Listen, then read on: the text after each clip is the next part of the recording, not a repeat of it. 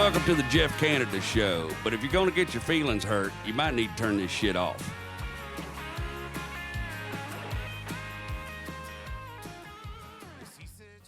All right. I like that attitude. So, I got my man, Mr. Trent Cowie, on the Jeff Canada Show, dude. I think you're going to be episode number 2. Okay. I better move my license in case somebody gets... 2's for me and you and everybody watching. He's drinking beer. I'm drinking water. I may have a beer here in a little bit. I don't know. We'll see what happens. Oh, my man. Yeah, I'm not really drinking anymore, but I'll...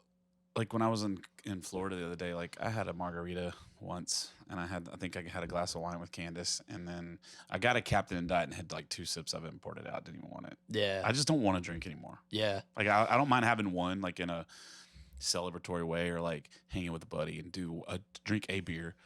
Or I haven't really. I've had like 6 drinks in the last 500 something days. I feel that, dude. Congratulations, Thanks, too, man. because that's like self-control, man. Like it's intentional at that point. You know, you're like, you know, if I'm going to do this, I'm going to drink maybe have 1 beer for this reason. Right. And I'm that's not very drinking to get intentional, fucked up. That's like self-control, you know, and to each their own, man. There's people that don't do a drop, and that's awesome, man. Like, I respect that too. Yeah. But it's to each their own, man. That's badass. But a lot of those guys are in recovery, like actual recovery. Yeah. Like I'm not in recovery. I stopped drinking for a very specific reason. And that's just because I'm just goal oriented right now, and I just don't want any, you know, distractions. You know what I'm saying? Do you never go on like a radio interview and you're not yourself, and then you listen back to it later and you're like, fuck. Well, dude, it's like you're on the road and you wake up, you maybe played a show the night before, and you wake up hungover. You know, you get back to the hotel and you're like party mode with the boys, you killed it.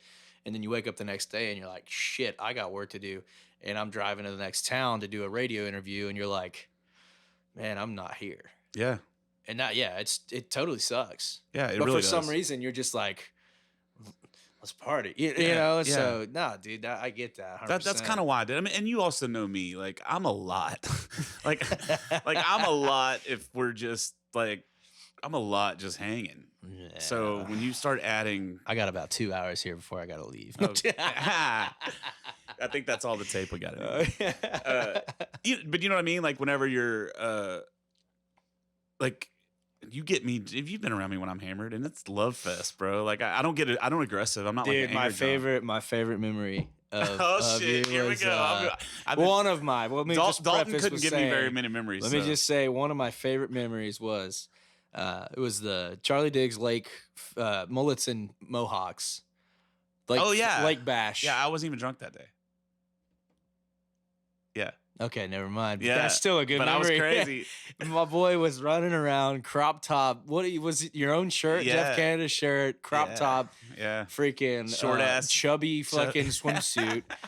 And I'm just like, this guy hugging up on everybody. And then you stage bombed with Scott. Scott. Yeah, with Scott. Yeah. Maybe Cassidy too. I don't remember. Yeah, it's definitely with Scott. I was drunk. Well, so the cops thought I was drunk. So I drank a Miller Lite, and then I poured water in it all day and was drinking out of the Miller Lite can. So everybody got to keep up the image, bro. Everybody thought I was, well, I don't give a fuck.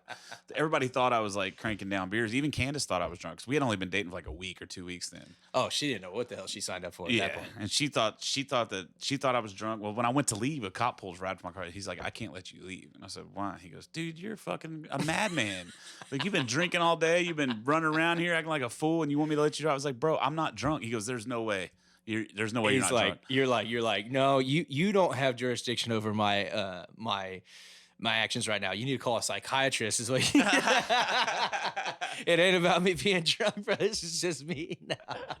That's so funny. Dude, that was the funnest shit. Time. That really was fun, man. Yeah, that was good. That's one of those shows I was very scared to take because you played full band, right? Man, I did 2 of those. Yeah, you did full band because you were after us. I think I might have done full band that day. Yeah, you did. And then it was the other one at the Lake House. Yeah, where I did acoustic. Didn't go to that. Dude, bro, talk about what we were saying earlier, like just not feeling yourself. Like I think I played at 1 p.m. that day, and the night before I got done off stage at 12. So I loaded out at 12. Friday night, and then Saturday I went to Conroe, did the Lake Fest, had to play at 1 acoustic, and it was by 1:00 it was like 100 degrees, Right. and we're outside, mind you, and I just remember sitting there thinking, I shouldn't have drank last night. Like, I was like, dude, this sucks, man. Like, I was sweating my ass off, like I was hungover, and then what do? You start drinking again. Yeah, you start drinking again until you feel better, and then that's what my problem was back in the day. Like back in the day when I was playing the cover bars every night, and I would have every Tuesday night gig, every Wednesday night gig, every Thursday night gig, and then Friday, Saturday, Sunday would be all over the place. But I would get so fucked up on Tuesday night that then Wednesday I would have to get fucked up to play just to feel normal, over. and then Thursday, and by the time Sunday rolls around, I don't even know my fucking name. It's those rollover I don't know minutes, where I'm bro. at. It rollover minutes. Yeah, Absolutely.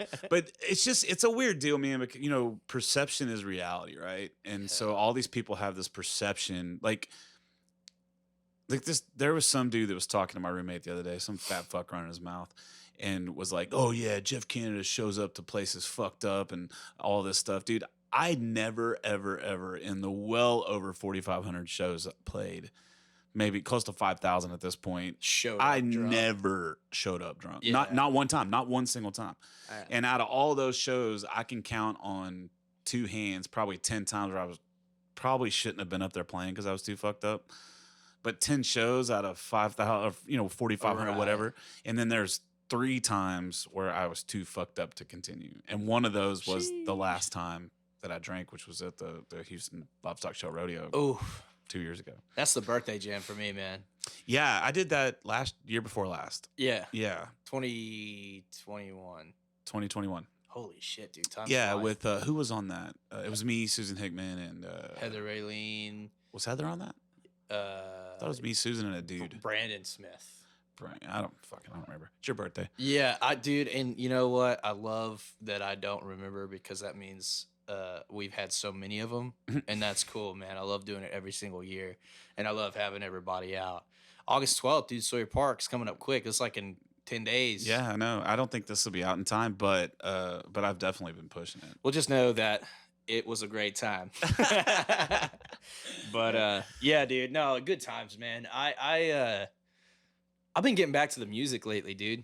Like the partying and all that stuff. Like, everybody that doesn't play music, that listens to music and supports us and stuff, they think that maybe they don't think, but like the normal thing to think is we just party and have a good time all the time, and everything's just glitz and glam, and we show up and people are like, yeah, or we show up and everything's like laid out for us. Nah. Yeah, it's nothing like that. And so I've been focusing a lot about grinding, in business and like getting back to the music though, man, because Same. Most importantly, dude, like the whole reason we do what we do is to write music and create. And it's crazy how easy that can be lost on the everyday musician. Like no matter who you are, no matter how far along you are, no matter what you do, it's so easy to get lost from the music, bro. Like, yeah. I mean, there's so many things we have to do. Like we got to post on Instagram, Facebook, TikTok now. Like, gotta be on top of that crap. YouTube Shorts. Gotta call, gotta call, venues. Gotta call PR. Gotta call like radio guys. Well, like all this stuff, and do all these podcasts. This freaking shitty ass Jeff Canada podcast I gotta do tonight that I totally volunteered for, and I'm stoked to be here. I'm paying him to be here. Oh, you are? Yeah. Sweet. You You heard it here. It's on video. I'm giving about $7,000 per episode. Nice. Sweet. All right, I'm coming back tomorrow. But I'm paying $100 per word. So start talking. This me. Yeah, that's funny. He's like, buckety. Is that one word or is that a lot of fucks? No, that's a lot of words. That's good. That was good. Good. But yeah, man. So you just got back from vacation, right? dude, Y'all went down to the Bahamas? Yeah, went on a cruise for the first time. You ever been on one? Won't do it. When the boats are rocking. It's weird. Yeah, I won't do a cruise. It was cool, man. It was cool. And I'll say this, like, I wasn't crazy about it because, like, you don't know what to expect, right? Like, Right. like your first time doing anything, But I got on the freaking ship, and first of all, like, I'm like, yeah, it's a boat. Yeah. No, you walk up. There's a whole terminal. Yeah, like it's a port, whole big fucking and thing. you're going through the security just like an airport. Mhm. But you walk out from this building, and then you look up, and it's like a whole ass city on the ocean. Yeah. It's crazy. Yeah, they're and to insane. anybody out there that's been on a cruise before, you're like, yeah, duh, dude, like whatever. Like I've never been on one. I'm 28 years old, so whatever, stuff it. But Well, that's one thing I wanted to talk about. You're 28, yeah, right? And I'm 44. But as soon as we met, we hit it off. yeah, Right? Like you don't carry yourself like a 28-year-old. You know, I feel like you're a little bit older soul than that. Thanks. Yeah, I'm just saying. I'm just. First of all, in our industry, you got all these fucking musicians, and musicians are fucked up to begin with, let alone their age. And then when you start throwing the 25, 26, 22-year-old kids and getting everything handed to them, and they start acting like fucking divas and shit. That's kind of what I'm talking about. You know, there's a few of you guys that, you know, like Eris doesn't act his age. Peyton Howie does not act her age. Yeah. You know what I mean? And you just, I think maybe what it is that at y'all's age, I did not have my shit together. And even though you like to party and you like to have fun, you still have your shit together, man. Your cell phone's not getting turned off. Like since I've known you, you've had the same phone number. I've had the same phone number since I was like 12. I've had the same since I was like 18, for sure. Yeah. That's kind of my thing. So that's like a good compliment, man. Like it's, you know, you definitely party. I mean, I've partied with you, and you definitely sometimes you act like a fucking total dipshit. Me? But, you know, we all do. But you have your shit together, man. You know what you want, and you're going after it. Well, I think, and I appreciate the affirmation for sure. Yeah. But I think honestly, you kind of said what you say earlier, like reality is all perspective. Perception, yeah. Perception, yeah, perception. So I think, you know, kind of age is all kind of like, man, I was going to say something earlier that really sounded cool. Age is kind of like just a number. No, bullshit. Nah, that's. I mean, it's true, but it's like age is really just like what you're doing, you know, and like what you like. If you're focused and you're living your life, doesn't matter. Right. You know what I mean? So like if you're focused and you're doing your shit and you're busting ass, or even if you don't have to bust ass and you're just living your life and you're just like, you know, whatever.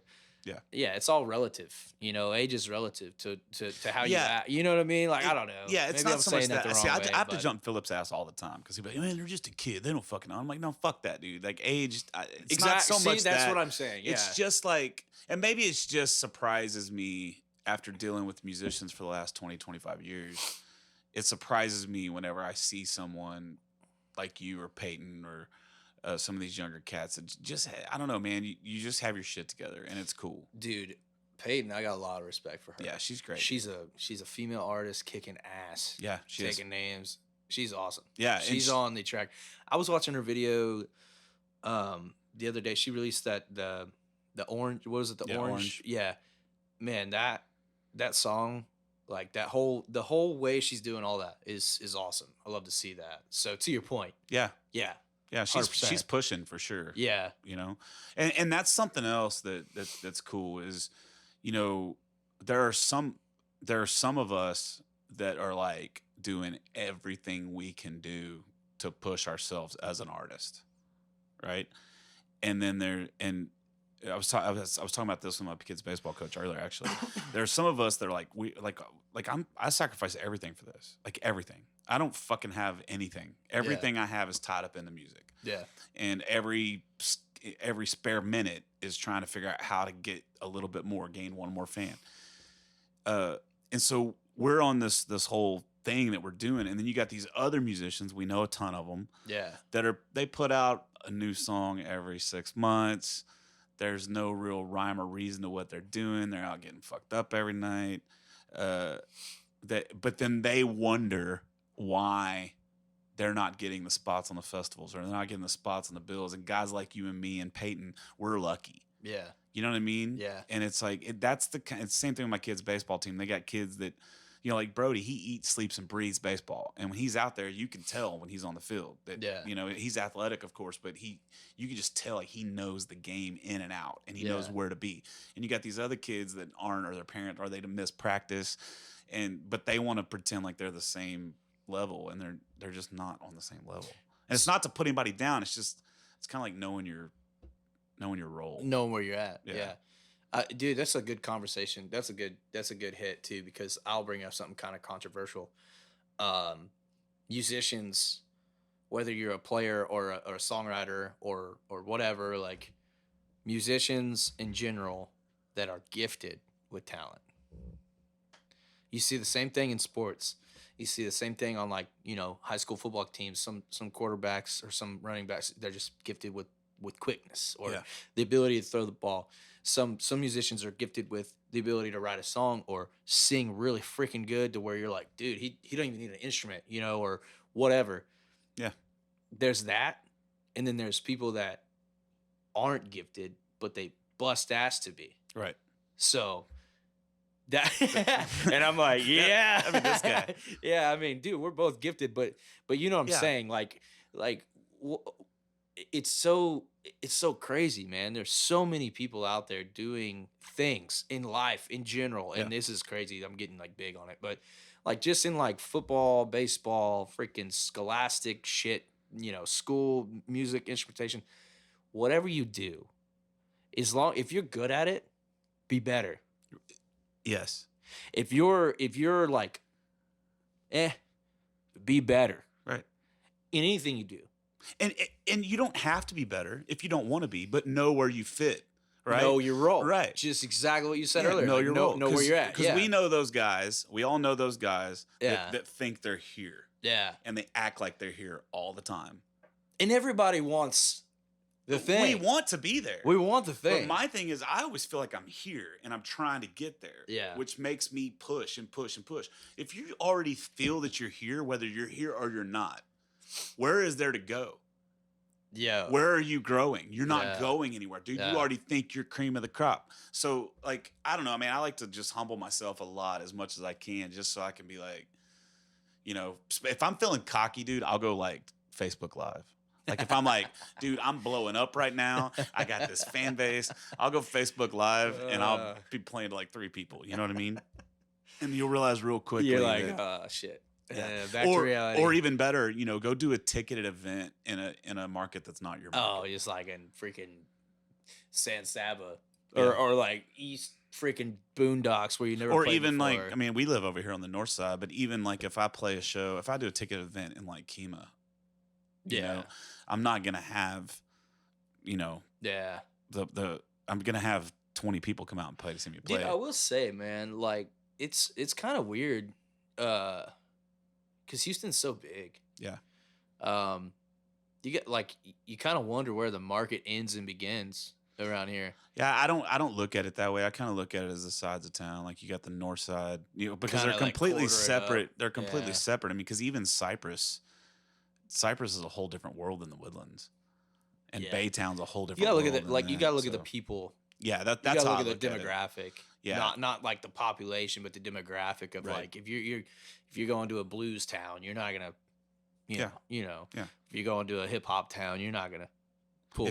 I think if we as country guys, if we go inside the loop anywhere, it's just Dude, I'm playing inside the loop tomorrow. Yeah, with Rich. So Yeah, that'll be cool because Rich is gonna bring some people out. But yeah, like, dude, he's like got the that rustic, Twitter working for him.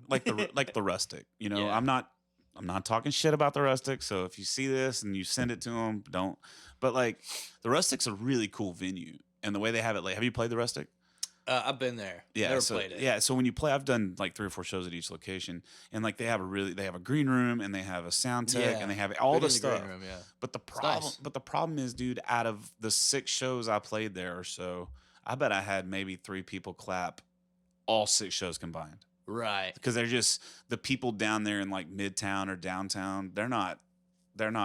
It's not about, all the guys are wearing the same thing. They have their polo, whatever, with their collars, and then they have some khaki shorts that are way too fucking short, and they're wearing loafers. They just got down from the high rise. Yeah, Doing, every accounting. single dude down there looks exactly the same, and they're all chasing this girls that are all dressed the same. Right. It's hilarious to me. They're all It's fucking crazy. white upper middle class kids, and they just don't care about music, as opposed to like I talk about it all the time. Go to Fort Worth, bro. Yeah. Go play in Fort Worth to a anywhere on the in the stockyards. Yeah. You go to the Armadillo or Filthies. Yeah. You go in there and there's gonna be a crap ton of people in there. Because they love music out there, and even if they have never heard of you before, like that's. I told you. I remember telling you specifically about the first time I ever played at Magnolia Motor Lounge at their old location. I don't know. I don't remember. You've told me a lot of shit. I've talked a lot of shit to you. I didn't know, like it was awesome because I played at Magnolia Motor Lounge, Mags, and I first time playing. Never. I mean, this was 4 years ago, and nobody knew who I was. Nobody probably go there tomorrow. Like nobody. You know what I mean? It's the same shit. But the people that were in there was probably like 30 or 40 people, if that, and they were like, play original music. Multiple people shouted that from the crowd. Play your song. Play an original song. Play something we hadn't heard before. And I was like, fuck yeah. So I ripped out shit that I ain't even finished yet. Mm-hmm. And by the time I got done playing the song, 75%, 90% of the people in there were just clapping and going nuts. Yeah. And it wasn't, okay, I will say, like, some of it was me, hopefully. Yeah, but sure. But also to what you're saying and what I'm saying is they give a shit up there. Yeah, they give a shit. Yeah. And there's places out in the suburbs around here that give a shit too. Like Sawyer Park, they care. 100%. 100%. Most of the time at District 249, they care. Like these places, you're just out in the suburbs, and they, I don't know, man. And you get inside the loops of these big cities, and just people, everything's so fast and. It's quick, yeah. But the thing about you, what drew me to you, your voice is very distinct. Like I can pick your voice out. I can just pick you. I've heard like maybe one or two people that I've even heard sound like you. Oh, and I think one of them I sent you a thing. I was like, man, if I close my eyes, I would think that was you.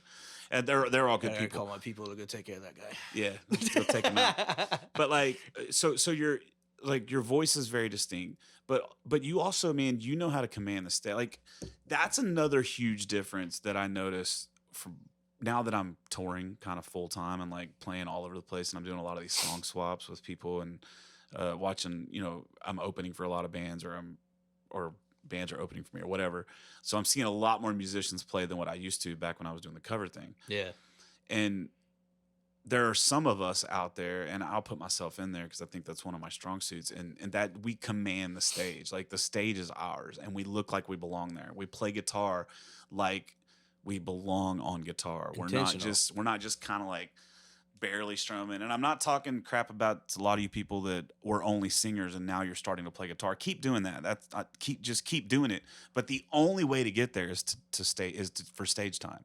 Put it out there in the biggest way possible. Yeah. But no matter what you do it. Sell it. Don't be fucking timid. Like just go out there and remember, when you're playing guitar, if you're just getting started off, you don't have to play every note of every song. You don't have to hit all the strums. Yeah. Like as long as you can sing and just hit the notes, and people, you just got to sell it. You got to be believable. But that's one thing that drew me to your music and drew me to you when we first started hanging out was because I don't remember the first time I saw you play, but it was full band somewhere, and I was just like, man, like this guy definitely. I mean, obviously the band's good, but like you definitely have it going on stage, and so I guess, so I think that that's the one thing that's being missed out on teaching our youth, right? I think that my buddy owns a music school on the south side, and him and I talk about it a lot. But like, you have guitar lessons, and you have piano lessons, and you have vocal lessons, and you have all of these lessons, but nobody's teaching people how to entertain. Yeah. Nobody's teaching people how to be comfortable up there. Well, it's kind of like what we were talking about earlier, though. Is that something that's just a gift for some people, for sure, and that's something that like is kind of why it's like, affectious. You know what I mean? Yeah. Like is that why, or is that something that if you teach it enough, can it be taught? I think it can be. I think I'm sure you get asked that on these interviews of what advice would you give younger musicians, right? Yeah. So my answer is always put yourself in as many situations outside of your comfort zone off of stage that you can. Yeah. whatever it might be. If you're, That's a good one. you know, if you're at a comedy show and they want to fucking volunteer. If you're Yeah. at the Renaissance Festival and they want to volunteer. You know, dress up in a costume for your kid's birthday party or your nephew's birthday party. Yeah. Like all of these things, do all of these things outside of your comfort zone. Because man, that stage, if you're not comfortable there, anybody can spot it. Oh yeah, doesn't matter if they know music or not. It does not matter. They catch the vibe, and Yeah. if your aura, and I don't want to get too deep off into this, but like if your vibe is this, people are gonna see it as that. Right. You know what I mean? And that's very important as a entertainer or even just a songwriter. Now for me, I personally think that there's a difference between an entertainer and a songwriter or like a performer. Mhm. There's people that have like a bit, which is great. You know, they work on the bit and they Yeah. do their whole thing, right? Charlie Crockett, Yeah. Yeah. Oh, dude, phenomenal. the train robbers. Have you seen that video? No, I haven't seen it. About to blow your mind, dude. Charlie Crockett used to be a subway entertainer, like in New Yeah, York yeah, I knew City. that. Yeah, the train robbers, dude. Go look up train robbers on YouTube. I'll check that out. But anyways, yeah. So exactly my point. Like he has this whole thing. Yeah. Like that's a whole bit. Like that's a whole alter ego. Yeah. But there's also something to be said about raw, authentic. Just like yo, like I'm putting my shit out there, and Yeah. I don't care what you think. If people, yeah, exactly, right, exactly. So to each their own, like I was saying earlier. But like, dude, I really feel like music is whatever it wants to be. For sure. And we were talking about kind of getting lost on what we were talking about earlier at this point, but just do it. Like if you're doing it, like to what you were saying, if there's any advice you could give younger musicians, just fucking do it. Yeah, just do it. Whatever you do, just do it and do it intentionally. Do it. Don't stop. Don't listen to people. I'll give a shout out to John Stork. I always like I've known him for years, and one thing that he said to me like when I first got started, and multiple people have said the same thing, was like, put your blinders on, dude. Like kind of like a racehorse, you know, put the freaking blinders on and just look one direction. Put your goal out in front of you and don't stop until you get there. Yeah. And that's it. I mean, along with a million other things, right? Yeah. But yeah. Yeah, John's a good dude, man. I've met him a few times, and he was super gracious and just like, you know, we talked for a while, and he's a good dude, and Candace is like obsessed with him. Yeah. And so Rocky Tongue, bro. yeah. Well, Candace was bartending the show we played. She was bartending with a VIP in Stephenville, and Oh, at the festival? yeah, the festival we played. And so, man, he come up to me and he's like, Jeff, and he gave me this big hug, and like, because we only knew each other via Instagram. Yeah, and his yeah. mom like comes to like every time I play in El Campo, she's at the show. Hell yeah. She's always at Great Brothers all the Good time. connect, She's a good sweetheart. connect. And so I was like, man, normally I never ask artists when I first meet them for anything. Like I don't ask them for a picture. I don't ask them for anything. But I was like, hey, John, like you could say no. Yeah. But my girlfriend, it loves you. And she's over bartending the VIP. You know, when you get a minute, just kind of go over there and mess with her. And he's like, I'll do it right now. And so I went over and I got the video camera and I like filmed it. And she saw him coming up. And it's her and another girl, and she's like, and you can like see it. She like turns around, she's like, John Stork. And then he comes up to her, and he knew her name, and then he gave her a big hug, and then we took some photos, and it was really, really cool of him to do that. That's cool, I think man. so. He's a cool dude. I mean, I've met so many cool cats in this industry, man. So many really, really cool, just down to earth folks. Yeah. You meet a lot of people, and a lot of times you meet a lot of people on maybe a bad day, and that's freaking human, man. Like, Yeah. It annoys me. This is another little controversial bit. It annoys me when people act like they know who somebody should be, if that makes sense. Yeah, I'm probably guilty of that. Like from a first impression standpoint. Yeah. And I'm not saying like I'm only saying this because I've met some people where I'm like, I'm not gonna name any names at this point, but like I've met some people where I'm like, dude, that guy's kind of an asshole. And then the second time around, dude comes out of his, goes out of his way to be like, "What's up, man?" Like, hey, so, Yeah.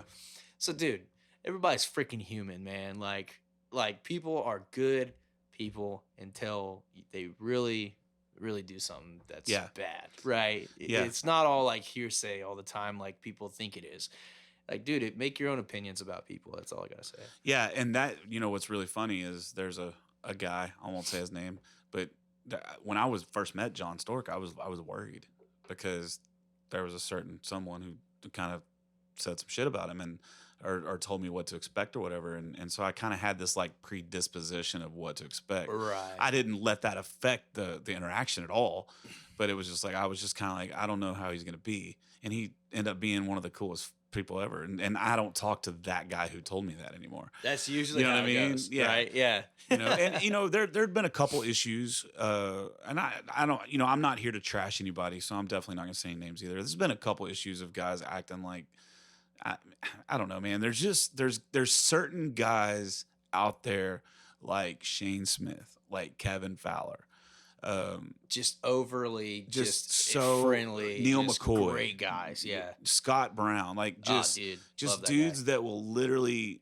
Like I make a joke all the time. I bet Kevin Fowler would shave my back if I asked him to. He's just he's that nice of a guy, and so it's really cool.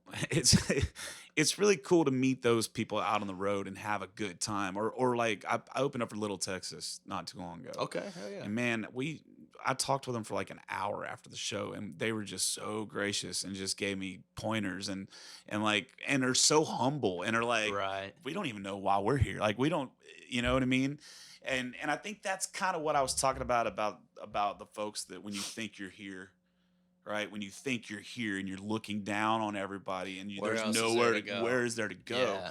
Those are the people that I have the issue with. Yeah. And and it's gotten me in some trouble because me, I just say what's on my mind and let the chips fall where they may. Ain't nothing wrong with that. But there has been a couple issues where I probably should have given a little bit more, a little bit more leeway, Discretion.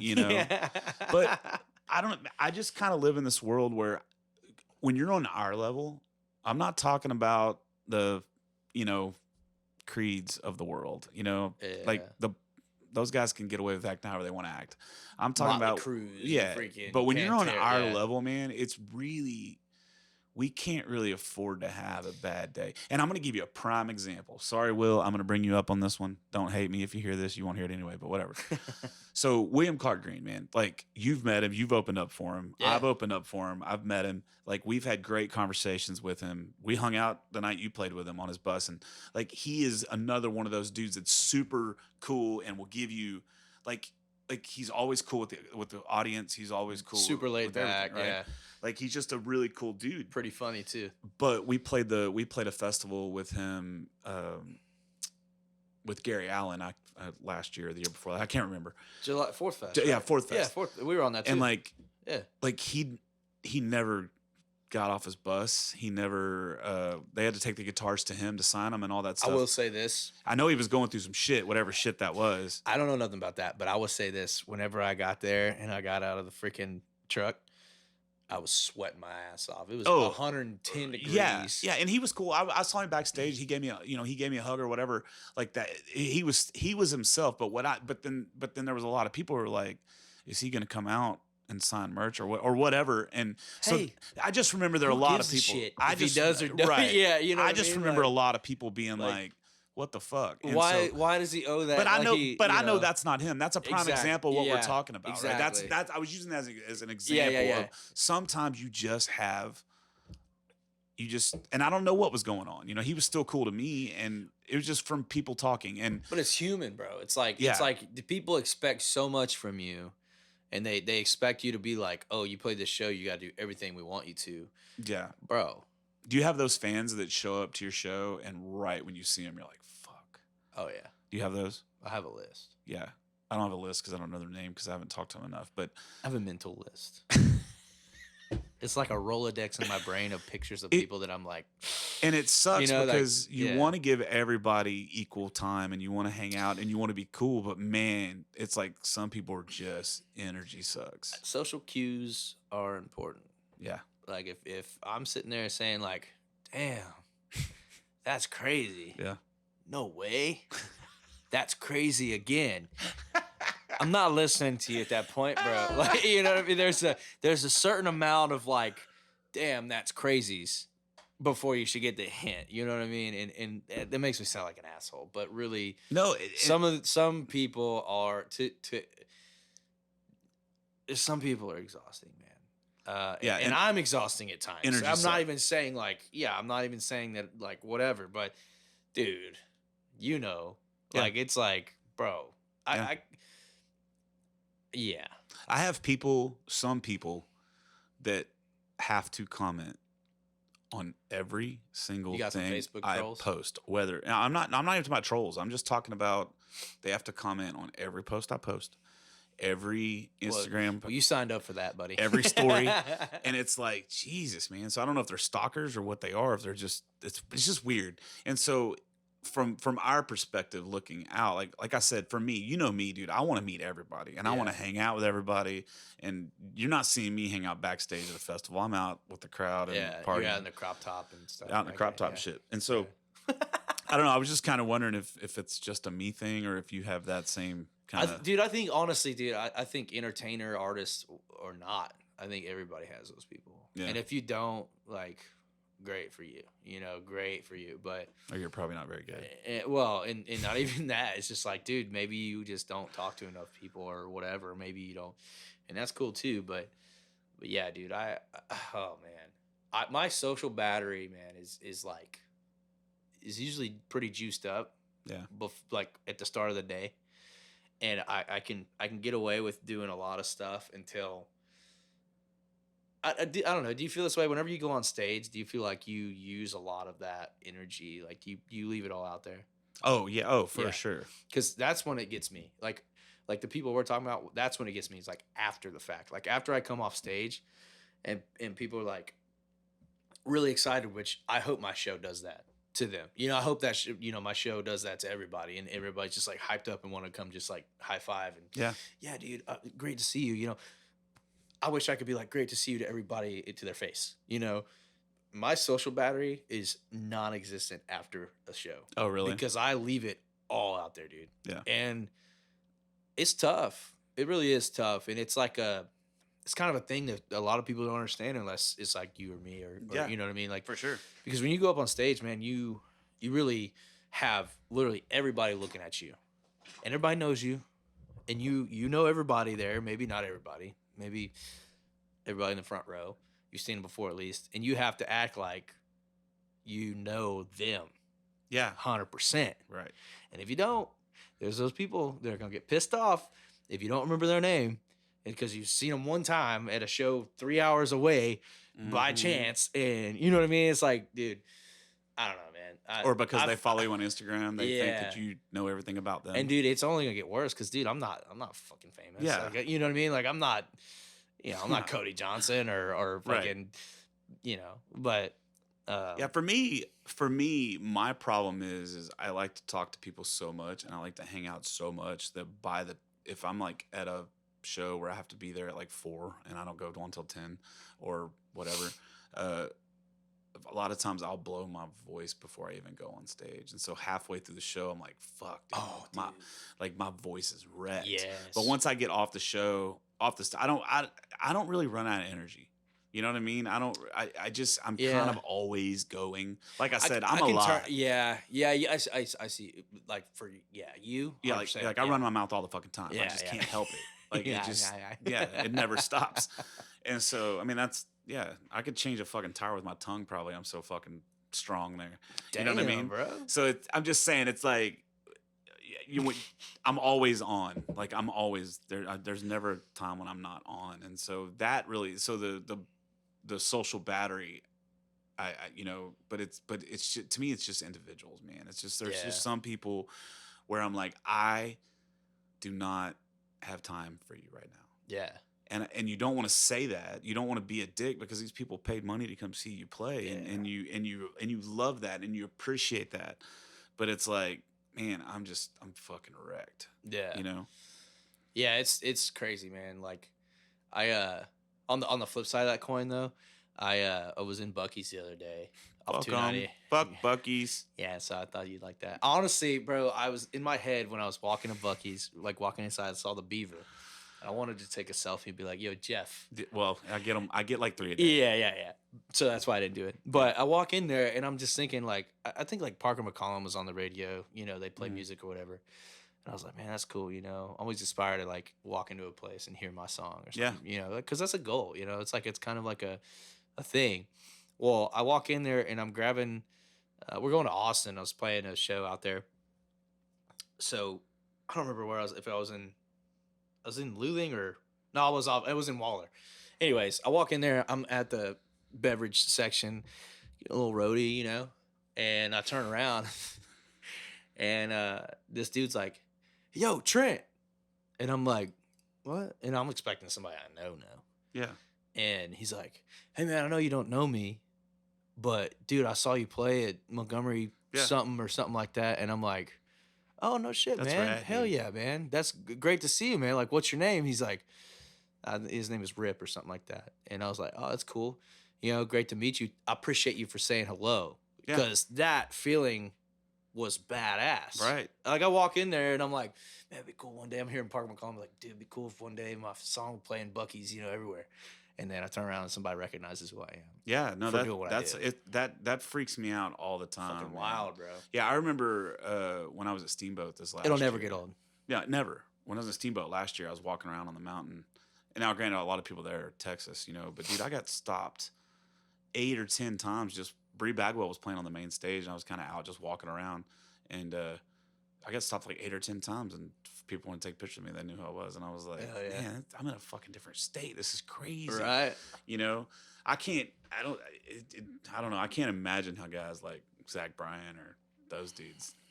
Or even dude like people like on like Justin Bieber, bro. Yeah. I mean, that dude can't even. Well, that's like a whole nother level. Of yeah. famous. But I'm just saying, like, dude can't even leave his house. And then you think about it that way, and like Cody Johnson, bro, like he can't even go to eat at a restaurant with his family anymore without, you know, which I will say Texas country listeners, I feel like they have a little bit more respect. Especially down here in Texas. Yeah, for 100%. sure. And so I think people in Texas in general have there's a little more there's respect. people that I know like that are friends of mine, like that I hang out with, and they're like, man, I just didn't know, you know, if you like they see me out somewhere, and I'm like, yeah, dude, I saw you the other day. I just didn't want to say nothing because I didn't want to bother you. Like, Yeah, dude, fuck you're my that. fucking friend, bro. Like, what the hell? And so, yeah, like people have respect. Yeah, it's a fine line, you know, and that's what I was saying before. It's like, man, we want the fans, dude. I love my fans. I love them, and I love meeting new people, and I like hearing their stories, and I like getting. I mean, there's a lot of people that started out as fans that are now really good friends. Oh, of mine. 100%. And so I'm not downing anyone, but there's just some times where it's like, can you get any kind of a hint? But I think that's society in general, right? Social cues, yeah. I just think society in general, they're so, Yeah, everybody's up everybody's butts. you know, like the Do-Si-Do situation where I had to tell them shut the fuck up. Like, Oh, I saw that. it's on their live album. We left it on the Yeah, live album, but it's yeah. like, man, like how many times when you're in a listening room and there's a live album recording being on there, how many times does someone have to say, listen, we really want y'all to pay attention. We really For want you y'all to finally pay attention. for Yeah. you to stop fucking talking. Yeah. You know, and I would never do that at a Story Park show. You know what I mean? I probably would never do it at 'cause it's like Do-Si-Do. a honky I probably wouldn't do tonk. it at Do-Si-Do. But I'm recording a live album and we promoted it that way. Yeah. And everybody, dude, I played there a couple weeks ago. Could you imagine if you were killing a song and it was all recorded and in the background you just heard so and so and what's his Jim Bob talking about? Or their fucking phone dipshit? going off. Yeah. This same table Yeah. that I went off on, their phone rang when I was setting up Needle and Thread, my mom's song. Their phone fucking rang. Damn. So the very next song is when that happened. And I was just like, man. Damn, bro. So I think a lot of that though, and I don't think they were doing it to be fucking mean. I just think it's not social intentionally. unaware. Yeah, it's just like no the self awareness. Yeah, 100%. Yeah, I think that's kind of, and that's like I said, I think that's a society thing. Because if you go to the grocery store, there's always some asshole that doesn't put his thing in the cart, return. There's always some dude going through the 15 line with fucking 100 items. There's a whole psychological evaluation about people that don't put their carts back. Yeah, Apparently. Yeah, I mean, for sure. I do. and I've always done it. Yeah, me too. Because I would hate to be the guy that has to go wrangle those motherfuckers, and that's where I'm at. Yeah, same here. Yeah, no, I do too. I just try. always park really close I to get the it. car return. I get it if you're a mom, and you got your little toddler with you, and you just put her in the car. I could understand that. I get those people, but like if you're just a fucking dude walking, you run into the grocery store real quick, put your went in there and bought like just enough things to have a basket. yeah, You know what I mean? right. Yeah. Well, who knows these days, man? People are fucking weird. Society's in a weird spot right now, dude. Yeah. Like Apparently aliens are real now. Did you hear about that shit? well, I think that what is going on is everything that doesn't really matter is being forced to matter to hide all the other fucking bullshit that's going on. So Yeah, you're not so focused on that. The shit. old, I'll show you this hand, but I'm doing shit Yeah. in this hand kind of thing. Yeah. Like here we are getting down to the nitty gritty on the January 6th thing, or and I'm not going to get political on here. Yeah, I don't want to do that. Not until Chad Prather comes on. It's not that, but like, or whatever they're talking about, like all these people that made so much money during COVID from insider trading and all that shit, like all of that stuff that really, really, really matters. But yet we're over here worrying about who's cutting their dick off, or you know what I mean? It's just. Bro. Yeah, what we're getting mad about a music video. Yeah. Yeah, It's one of those things. You got so far off base that everything else matters. Right, stuff Instead that doesn't of shit matter. that doesn't matter. You know Right. what I mean? Like, I get what you're saying. Like I don't give a shit. Like yeah. I think that most people don't give a shit. Like most people don't fucking care about any of this shit. But they, you're just kind of forced to because of social media. And all It's that right in stuff. front of your face all Yeah. the time. Yeah. Dude, that's my thing. Is like I kind of Twitter went. It's called X now. Yeah, you haven't seen that. I've seen that. So I used to be on Twitter quite often. Matter of fact, like 4 or 5 years ago, I posted a video of me playing 2 Dozen Roses by Shenandoah, and it blew up. It got like, I think like 60 or 70,000 views. And it was cool. like the most, at that time, it was like the most views I've ever had. Most Right. likes, got like 3,000 likes. And then like half of that were retweets. Well, I used to use Twitter for that. And it was great. And it was really engaging and everything was cool. And then all of a sudden, somehow within the last 2 years, all my and I don't engage in anything political, mind you. Like I really don't. Like Right. I care about certain topics, but I don't engage. I don't retweet shit. I don't, same because here. I don't want to do that. Yeah. It's just like I want to have a good time. If I'm on social media, I'm posting about good stuff. Yeah. Not posting about controversy. But anyways, Twitter changed from, common interest that I really wanted to see to just being automatically loaded with a lot of political shit. And I was like, why? How did that happen? Because I'm not manipulating the algorithm with my favorites or whatever, however Yeah, it you're not works. liking I'm not comments and liking shit or whatever. I do the opposite. I unfollow people if they just post nothing but political shit. Well, Like, maybe you're proactive more than I am. I just don't want to see it. Like I don't care. Yeah. But I'm just like, dude, it's crazy though, because my whole stream used to be music, now it's political. And I'm like, I don't care what people think. Yeah. I don't care what people do as long as it doesn't directly affect me and what I want to do. Yeah. Because this is America, dude. Everybody should be able to do what they want to do and have morals. Yeah. Have respect for a fellow man. Have respect for different opinions, most importantly. Well, that's the biggest thing we've lost. Yeah. We don't have that anymore. Yeah.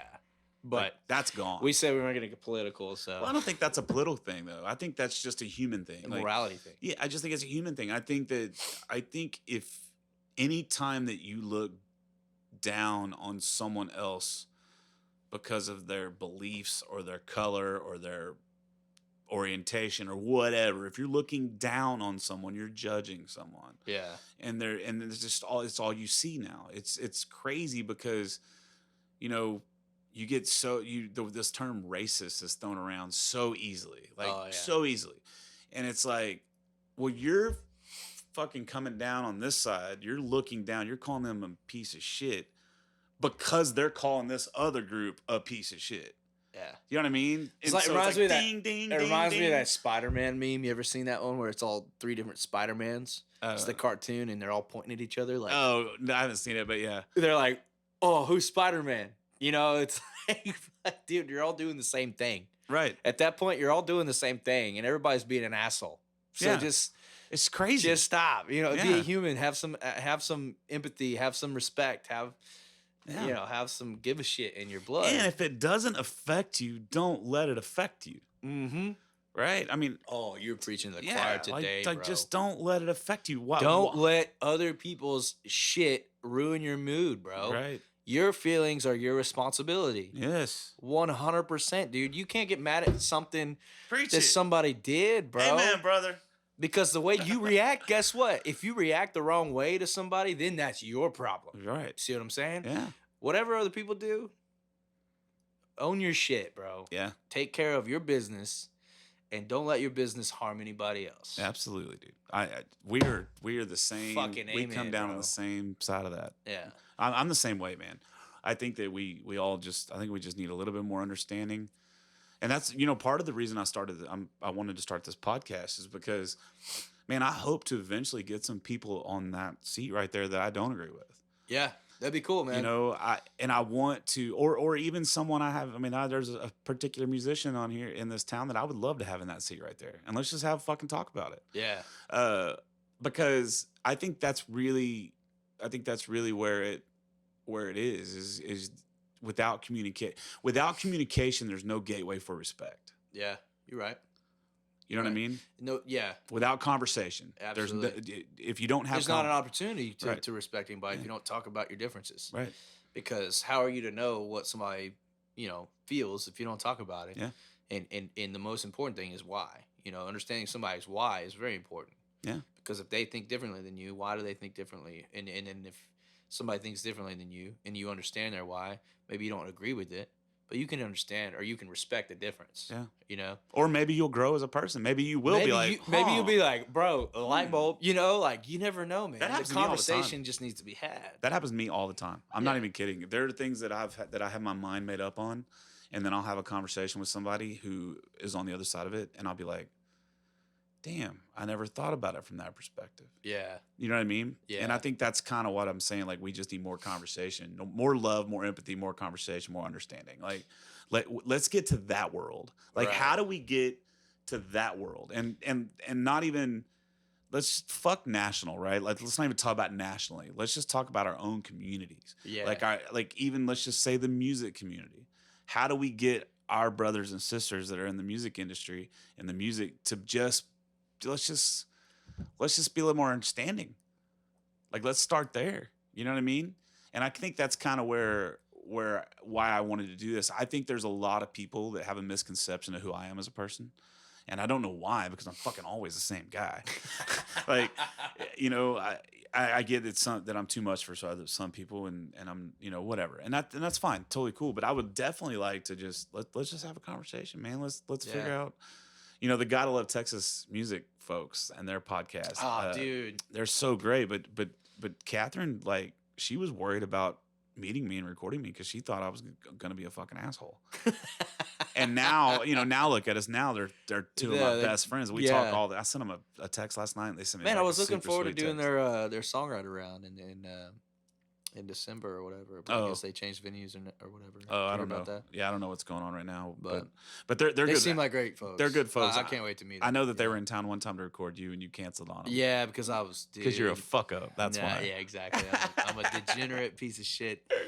Nah, dude. The schedules will happen. The cool thing about that podcast, as opposed to every other podcast I've been on, is once you're on that particular podcast, you become a member of that fraternity and that family.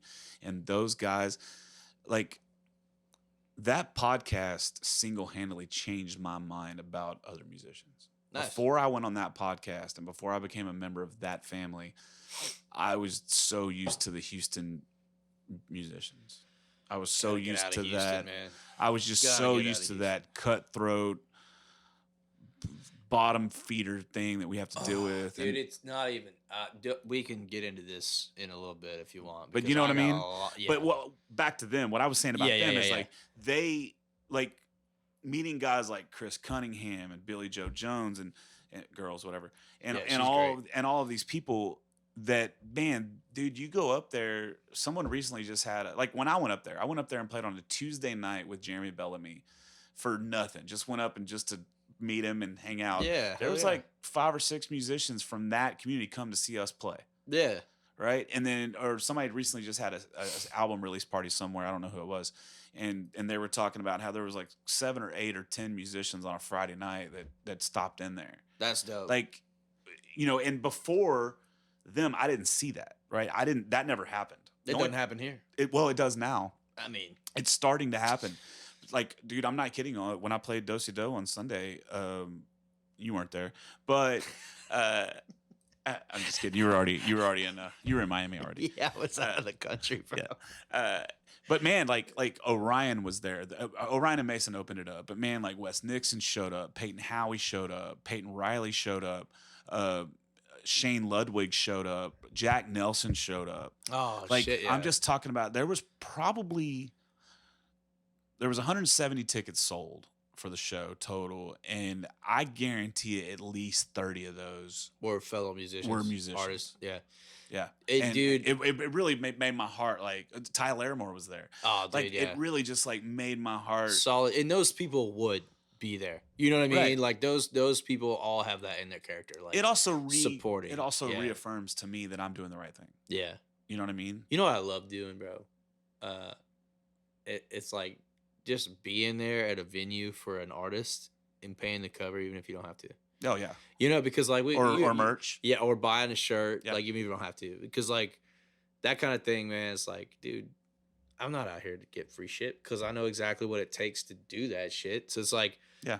if I'm gonna go to a show and support somebody, being there ain't enough. Yeah. I buy merch every time, no matter what. Be there, buy a koozie, buy a hat, buy a shirt, pay the Yeah. cover charge. You know, I mean, yeah, tip the band, but a lot of the times it's not really Yeah. applicable. However you. Whatever. Yeah. This is not the Next time on Words Are Hard. this is not the Ivy League podcast. This is the This Jeff is the Canada Miller podcast. Lite Yeah, this is the- conversation. This is bro. the fucking dipshits of America podcast. Oh, dude, I'm glad to be here, bro. It's cool, man. But yeah, mean, I definitely get what you're saying about that though. Like support. yeah. How I many? mean, it's easy. Dude, you know what I do now? I shut my fucking phone off on show days. Yeah.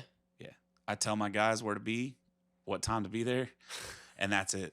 You know, and because man, like That's cool. Especially, man. That's like- a blessing you can do especially that. like ticketed event days, man. It's just like every Tom, Dick, and Harry in town will text man, you and be like, "I'm here." How do I get yeah? I'm How do I here. get tickets? Well, bro, you just go pay at the door, or you should have already bought a ticket. Yeah, Like, hey man, you know how to park? Like, Yeah. do you know where I should park? No, dude. right. It's like they think that we're again. I'm so grateful for my fan base. Love it. Right. I want you to be there. Please understand that all of us musicians want you to be there. You know, the problem is when you get 200, 300, 400, my birthday party at Sawyer Park was fucking insane. Yeah. When you get that many people in the room and they're all there to see you, it's like, it's overwhelming for me. And I know you probably feel the same way. It's just Yeah, 100%. overwhelming and you just can't answer every text. Because I'm like a people pleaser. Me too. I want to cater to everybody. Me too. Especially if they're out there supporting me and buying For a sure. ticket. Like I almost feel like guilty. You know what I mean? Like, hey, you know, you bought a ticket. Is there anything else I can do for you? You know what I mean? Like I want to make sure that everybody is having a good time, like above and beyond of Right. just coming to the show. Yeah. And that's kind of honestly a downfall of mine because I don't think it's a downfall at all. I think I think that's a reason why some of us have fan bases. well, and to your point, yeah. But I'm just saying, like for me, like getting overwhelmed, Yeah. definitely, I definitely spread myself very thin. And the day after a show, like because I still do my own social media. Oh, dude, yeah. Like it'll take me Replying 3 hours. shit, It'll take me 3 hours to posting go through the shit. notifications, man. Yeah. It's crazy. It's I like doing that, It's though. me too, but because I can lay in bed and do that. but a lot of times it's overwhelming. yeah, It's like holy shit! I've been Yeah. tagged in like 100 stories. You know what I mean? I always like the videos where people are like videotaping you singing a song and then they're singing a song too. So it makes you sound like you're out of key. And you're like, maybe you're just out of key, and maybe there's a good question. So recently I had a guy, he's an older gentleman, and he was an open mic night, and this is all on video. And he actually played he's like, this is one of my new up and coming favorite songwriters. He played another song. He played 3 songs, and then he played Back to Texas, and then he played Fill Me Up. No shit. And you it played was one like, of your songs? Yeah, 2 of my songs. Or two of your songs, and you were there? No, I wasn't there. Oh, okay. But he later on sent me the link, and he's like, man, I'm sorry that it wasn't that great. I'm still trying to figure things. And I was like, nah, dude, that's fucking awesome. Like, that made my heart. I've never had that happen before. And so have you had any experiences like that where other people send you videos of them covering your song? Or I've one that I recall, but it wasn't anything like crazy. Yeah. I mean, this wasn't crazy. Just an open mic night. He just did a couple of my tunes. Yeah. But it was that's cool. honestly, that's like the biggest compliment. It's a compliment for sure. Yeah. If you get weird about that, it kind of says something. If you get weird about other people playing your music, like Prince, dude, I don't know what the fuck that guy had going on, but if you recorded a YouTube video of you playing a Prince song, that shit was down. In seconds. Seconds, bro. I don't know. If somebody came up to me and they wanted to cut one of my songs, yeah. Hell yeah. Why not? Yeah. I mean, I still wrote it. You know, like, spread the good news, man. Like, hell yeah, I'm honored that you want to play my song. I'm honored that you like it that much. And you might do like you might do the best version that's like it may make me fall in love with the song again. Right. Because it's so badass. I mean, think about, what do you think Leonard Skinner felt about Shinedown? You know what I mean? Yeah. Because they made that song better. Even though it was a great song. I'm not saying it wasn't a great song. It's just like they made that song more relevant. They made it relevant again. Yeah. And it's just like, man. There's like a magic, dude, in the song. Right. And me and Jake were talking about this the other night. We were like fucking last night or whatever. We're saying that it doesn't matter who does the song. Like it's the song, bro. It's the magic of the song. And if somebody wants to play a song that is already written and they can do it a certain way, guess what? The song lives on in a different aspect. And that's great, because the song is that's what it's all about, bro. It's the song, man. And then people are gonna go back and listen to your song again to kind of to get, to see what's going on. Or I agree 100%, man. I'm one of those guys that once I release my song, it's like it's over. Like, I mean, I still play it live for sure, but it's like, it's y'all's song now. Do what y'all want. Like take it how you want, understand it how you want, interpret it how you want. I like there's something there. I like hearing different people talk about what they think the song is about. Yeah. Like just having different interpretations of the music. That happened with me with Monsters. Yeah. Yeah. So I don't know if you know the story, but like Monsters was not written about suicide at all.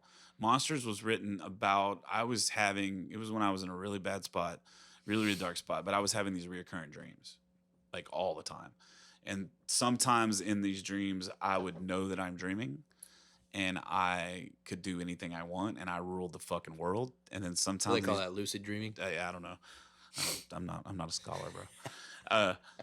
And then sometimes I wouldn't know I was in the dream and I had no control, and it would become a nightmare really quick, right? But it was one of these dreams where I would have it like 2 or 3 times a week. And so I wrote that song based on the excitedness of going to sleep, the scaredness of going to sleep, like just the emotions of going to sleep and seeing these monsters and fighting these monsters. And that metaphor is very well paralleled by suicide. Yeah, so I put out on Facebook, I said, hey, when y'all hear the song Monsters, what do y'all see? And dude, at least 10 people came back and thought depression and suicide. Yeah. And then one person in particular said, man, it reminds me of when my dad killed himself. I was 17 years old. And so I got on the phone, I called him, and we had a long conversation about it. And then, and I fought battles with that myself in my early 20s, and probably 2018, 19, and 20 as well. Not to that extreme, but definitely my early 20s. And so I was like, man, that's what the music video is going to be about. And Yeah. they actually, because they interpreted it a different way, it actually inspired the music video, which I think Yeah. is cool. And that's what I'm saying, man. It's the magic of the song. Yeah. That thing turned into this thing, and now it's better for it. Yeah. You know, that's fucking awesome. I didn't know that full story. That's Yeah. badass.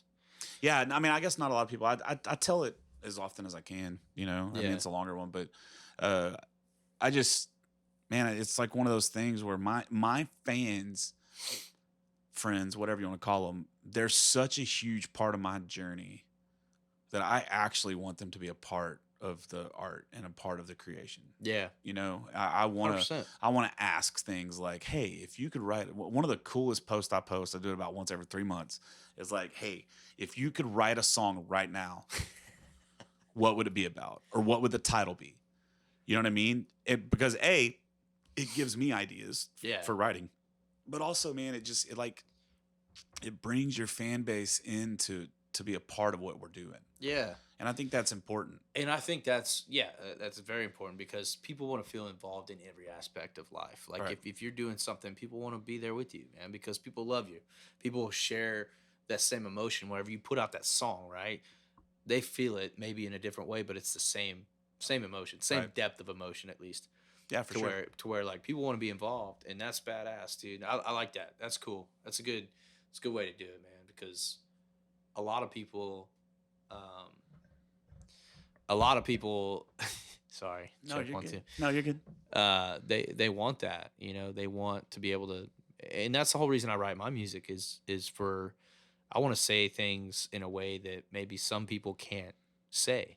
You know Right. what I mean? Like I want to communicate something, a point that maybe somebody's feeling, maybe I Right. can say it better. Yeah. And maybe they can just latch onto that and it might help. Or, Yeah.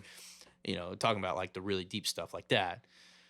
You know, maybe write a beer drinking song. Everybody can feel that, you know, but I'm not good at those songs. I can't.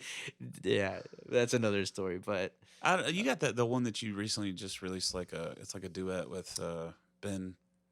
yeah, have ourselves a day. Have Yeah. ourselves a What's day. his name? Ben who? Ben Kadlicek. Yeah, I haven't met him. We follow each other, but I haven't met him yet. Dude, he called me up on that song, and he had already had it written, the whole thing.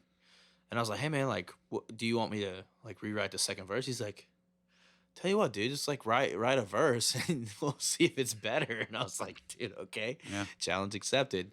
And I did. And dude, that song is badass. Yeah, it's great. It's great. I love that song But because there's not anything you've released that's not badass, though. I appreciate that. But that definitely is outside the box of what I'm used to. It's definitely outside. 100% Yeah. not something that I would normally I have do. it on my my break music on my No shit. Spotify. Yeah. Hell yeah. It comes on all the time. And I'm like, just fucking. Hell It just puts me in a good mood. You're probably giving me more streams than anybody else. Yeah, I got quite a few of your songs on there. Yeah, dude. I have a couple. That one, I have my Jeff Cannon friends. Dude, my favorite song of yours is "Wasted Thing" for sure. Oh, really? Yeah, and then "Whiskey Tears." Yeah, that's You and Peyton did the "Whiskey Tears," right? on the live album. Bro, Yeah, it's great. that version. Yeah, I'm actually thinking about. Rips. So I'm actually thinking about, because that's on my first album. I'm thinking about re-recording it and re-releasing it as a radio edit with her on it. That'd be dope. I'm thinking about doing that. Just keep that train rolling. Yeah. I mean that song, whatever. Okay, don't get me wrong. I heard the first version, obviously. Yeah. And I heard the live album from Dosey Do. Mhm. That song by far was like, holy shit. Yeah, that's a good one. And to me, I'm like, I know you, Jeff. Like, I know you, bro. I know what you're capable of. But then I was like, oh, okay. You add Peyton in the mix, and it gets good. And she's great, man. Yeah. She's fantastic. Great combination Yeah. of vocal range and everything like that. Yeah, she's good people too, man. We want to write. I'm gonna have her in here. She's gonna come in next week, I think, and we're gonna talk and maybe do a little writing beforehand or after. She's great people, man. She's definitely been like a little sister to me since I've met her, and she's the one that hooked me up with Eris. Yeah. Which was a huge deal for me because I've been looking for somebody like that. I mean, even though he's moving on now, but there was a lot like he got me through the last year and a solid cat because they knew each other from California. Right on. And she's fantastic, man. I mean, we did one of the songwriter things on a Tuesday night, and she killed it. She's got this thing about her that, and you have it too, and that's what I was saying. It's like you just command the stage. Like when you two walk in the room, there's no doubt in anyone's fucking mind who the rock star is. Hmm. Do you know what I'm talking about? Like you could just tell. There's like, not just on stage, but like when you walk into a room, when you walk into a bar, like you could just tell. I would, yeah, I see that in like people like you and Peyton too. Like, Yeah. you know, you got to own it to an extent, but it's not something that I'm not a cocky person. Yeah, me But neither. I definitely feel that. Oh, okay. Here we go. Would you describe me as cocky? I don't know. I've had multiple different things. I'm confident for sure. Confident would be the word. Cocky, you push it sometimes. Yeah, I probably. That's do. only because I know you. No, it's yeah. Well, and what's crazy Okay, is but hear me out. What's crazy is a lot of that probably is actually covering for some like serious insecurities, which is funny. That's what the fucking funny part about it is. Okay, here's the thing though. I've been told I'm an asshole. First time people meet me. I'm told that all the time. Like straight up, like just an asshole, and I'm just like, man, really? Like, maybe like, do you think I'm an asshole? I never thought first time you met me. No. The first time I met you, it wasn't when you were playing. I thought we were hanging out somewhere. I don't remember where it was. We were hanging out at somebody's house or something. I don't remember. It was a long time. Yeah, it was That was like 4+ years ago. Yeah, I don't remember. Who knows when it was? But it was. I don't know. It was maybe a graduation party or something. Shit. It was something weird, bro. Like, but you were cool as fuck that night. Somebody introduced us, and then I don't know. Who knows when it was? But then we went to. I went and saw you play. I don't remember where. It might have been Rowdy's. It might have been like Marshall's Tavern or Yeah. like somewhere local like that. Like, it was full band though, and I was like, fuck. And Jake was on the drums. holy shit! Oh fuck, that was Yeah, 5 years ago. Yeah, so Jake was on the drums. Yeah. Has it been that long? Yeah. Damn. Yeah, because we knew each other 5 years before ago. COVID, right? So that was 2020. Yeah. I probably met you around 2018, about Yeah. the same time that I met Daniel. Little bit before, around the same time I met. So it's probably 5 years ago. Yeah. Yeah. How long have you and your girl been together? 3. Yeah. So it was before. It was definitely before you were dating her. Well, it'll be 3 in November. Yeah, it was So, before you were yeah. dating her. Yeah. Not that you were horned up or anything. It wasn't anything like that. But no, we were somewhere. I don't remember where we were. Doesn't Yeah. matter. But we were just hanging out. No, it's because Hannah's very memorable. She's memorable. You know what? It might have been after District 2. It might have been District 249. That might be where it was. Sometimes that place feels like a home when you're up hanging out upstairs. And Maybe it was the Roger Krieger show. I don't That was 28. No, that was 28. okay. Doesn't matter. Anyways, what I was saying was perception is reality, right? Yeah. Reality is perception. Yeah. Yeah, I'm called an asshole all the time. Like, I'm called an asshole all the time. Yeah. And it's like, It's just weird because you do these things, right? And you do your everyday routine and you're like, you wake up. And one of my things is like, I don't even think about being an asshole. I don't even think about not being an asshole. Yeah. I don't even think about it. And I'm just like, yeah. you get called an asshole one time and you're just like, huh, am I an asshole? Right. You know what I mean? Like, you're like, Yeah. fuck, dude. You Like, definitely start questioning yourself. I don't want to be an asshole, bro. Don't call me an asshole. But, you know, hey, if you're an asshole, whatever. Yeah, I used to worry about that a lot. Now I'm at the point where I know who I am as a person. Yeah. I'm very confident in who I am as a person. Yeah. And I know that everything that I do is from a place of love Yeah. to my fellow humans.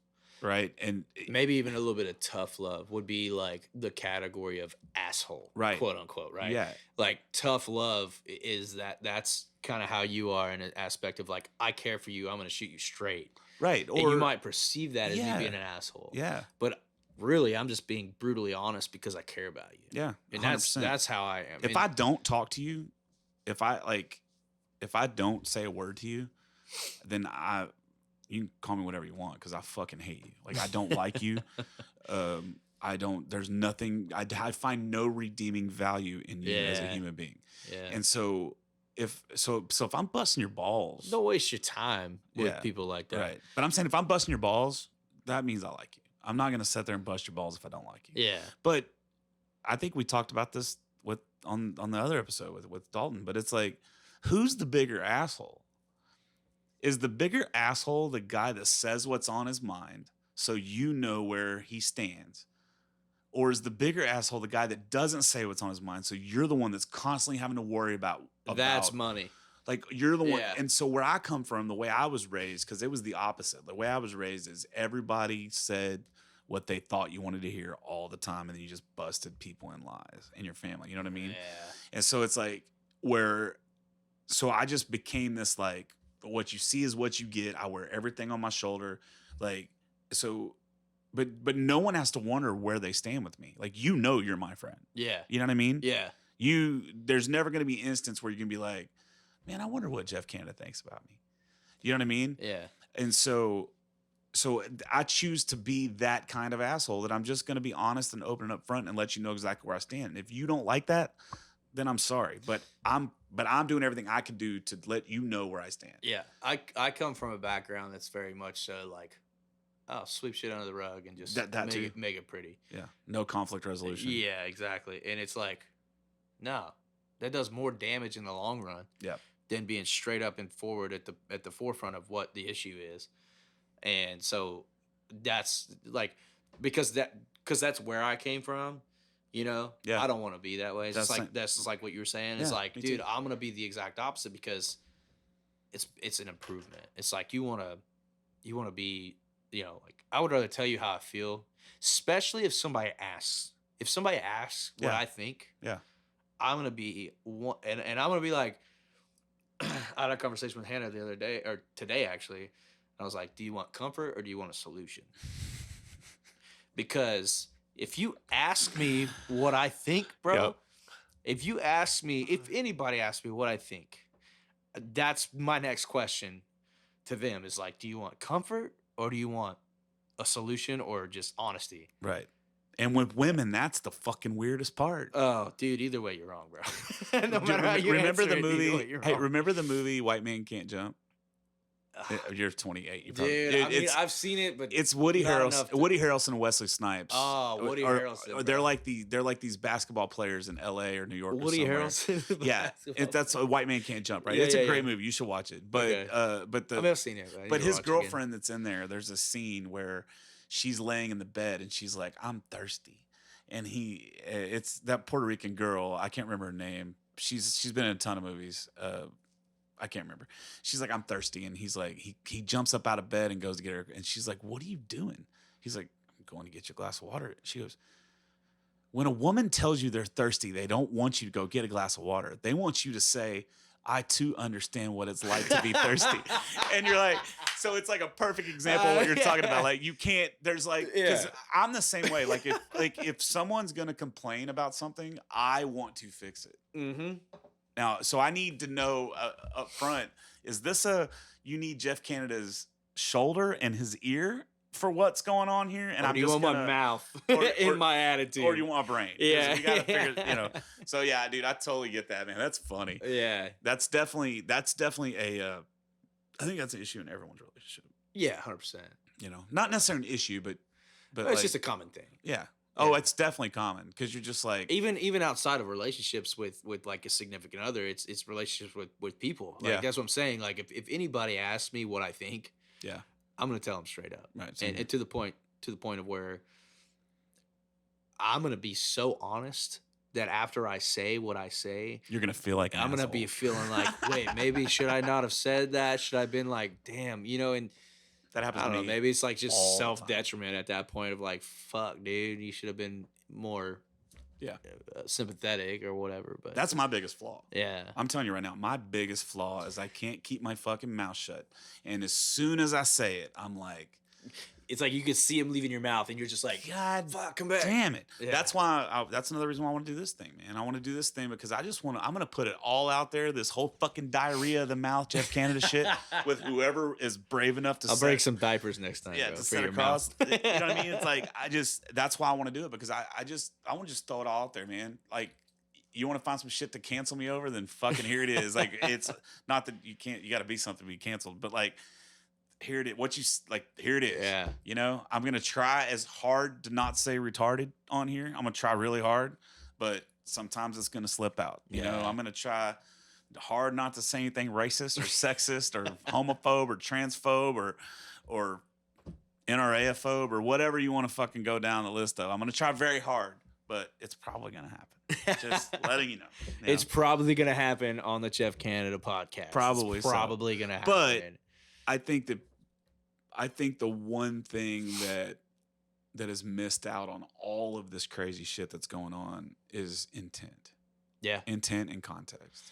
You know, if it's coming from a place of comedy or coming from a place of fun, really fucking lax. Yeah. You know what I mean?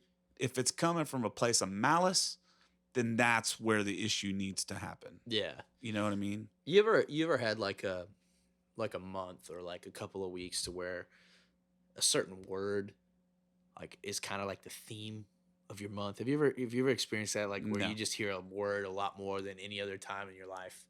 I guess it happens a lot. Yeah. Intentional is the word of this month for me Oh, really? Yeah. And so it's funny that we keep saying that word in the podcast tonight. It's like intent is very important. Yeah. For every aspect. Mm-hmm. If you intend to be an asshole, own it. Yeah. If you intend to do good, own it. Right. If you intend to do something, do it. Yeah. You know, be intentional with everything. But at the end of the day, just be intentional, because if the wires get crossed any other way, it's very confusing for everybody. Like we were talking about earlier. Yeah. Would you rather be the asshole that doesn't say what's on his mind and to keep people, or be the asshole that keeps people guessing? Right. You know what I mean? At least people know what you're thinking. Right. Instead of, just saying shit half-assed and not being intentful with what you mean. Yeah, because having people, basically leaving people on red, as the kids would say. Yeah. Because that's the hardest thing for me is when I'm thinking when something's unresolved for me. You know what I mean? Like it sucks. Yeah, because you're laying in bed and you're thinking about it, it's eating you Yeah. up, and like, man, does this guy like me or or not, or whatever the case may be, or like when you fuck up, when you really fuck up, and you do, and you fucked up, and you're trying to apologize, and you're trying to own it, and you're trying to do everything you can do, but it's just you just can't do anything. You just have to ride it out. Yeah. Like I hate that feeling, so I just don't want to put anyone else through that feeling. I don't want anyone else to wonder where they stand with me. Yeah. And that's my biggest thing. That's why I'm so open and honest and upfront about everything. Yeah. Plus, not only that, bro, I'm telling you right now, I cheated on my wife. Like that's like I did.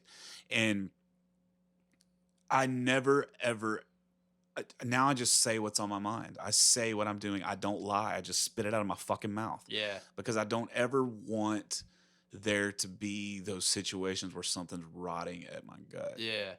Or even just like a stale situation between both parties. Like if somebody's doing you wrong or you're doing somebody wrong and nobody talks about it, yeah, it's still happening, bro. Right. And there's no resolve.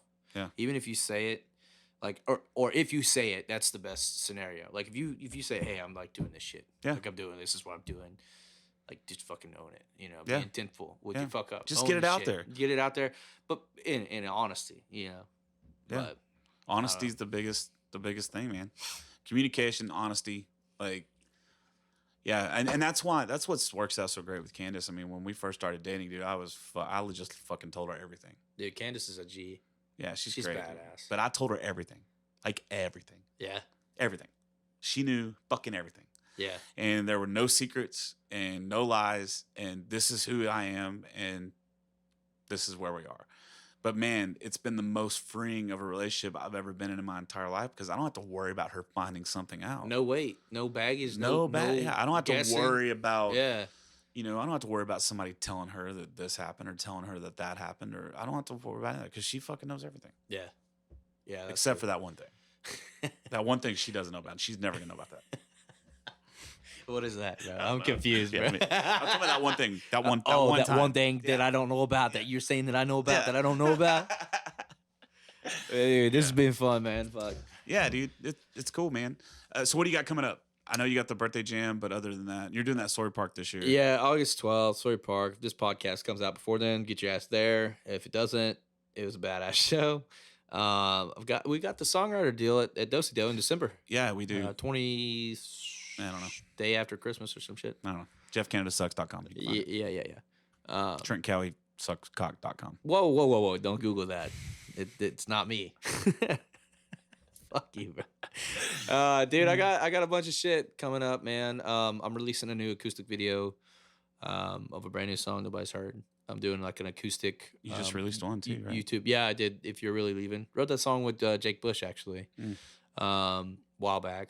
So I released that one acoustic on YouTube only. You can't fucking chill, bro. I'm good. You all right? I'm trying to. Yeah, I'm holding down. You asked me a question. I'm answering your question. I know. I was thinking about that one thing I did that one time. Oh yeah, right. So I'm doing that, and then Jeff's doing that one thing he did that one time again. Yeah. I don't know. Try to do it weekly. But anyways, yeah, That's we my- got to that's do my more story. stuff together, man. I know we have a lot of like cross fans now. yeah. You know, like people that are fans of Cross fans, like cross dressers. no, not cross. Like those are your fans, Jeff. That's fine. Not Whatever. mine. Whatever. I'm talking about like there's been like a lot of fans that like both of us because I know on my listener thing you're up there in like the top few or whatever, Dude, and you got Parker Ryan open up for you, dude. That's bro, you just played with Coetzel at the Pavilion. dude. I in know, man. June. That's fucking June 10th. sweet, dude. I did. I got to hang out with him for a little bit up at Steamboat.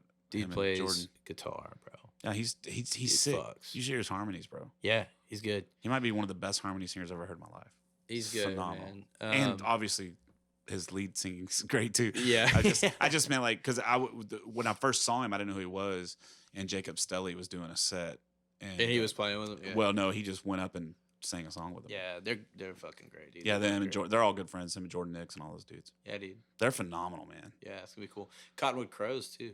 They're badass. They're on the jam this year too. So Yeah, they're killer too, man. Oh, dude, thanks for hooking me up with Mason Mark too, man. You're the one that kind of hooked us up, and that dude's great. I've known too, Mason man. for a long time, bro. I hate that I hadn't seen more of that guy recently. That dude is one of the most that dude is. If I ever have any type of feeling about anything going on, like I could call up Mason and just be like, "What's up, man?" Yeah, And he'd answer the phone. He'd be like probably in like a dump truck or in a something, tractor, going yeah. down a gravel road. And he's like, "What's going on, man?" And I'm Yeah. like, "Man, I'm just giving you a call." He's like, "Well, man, I'm just out here in the country, just he's easy, country, dude. easy living, dude. Great songwriter, bro. Yeah, smart. Drifter, that song he wrote, I'll never forget.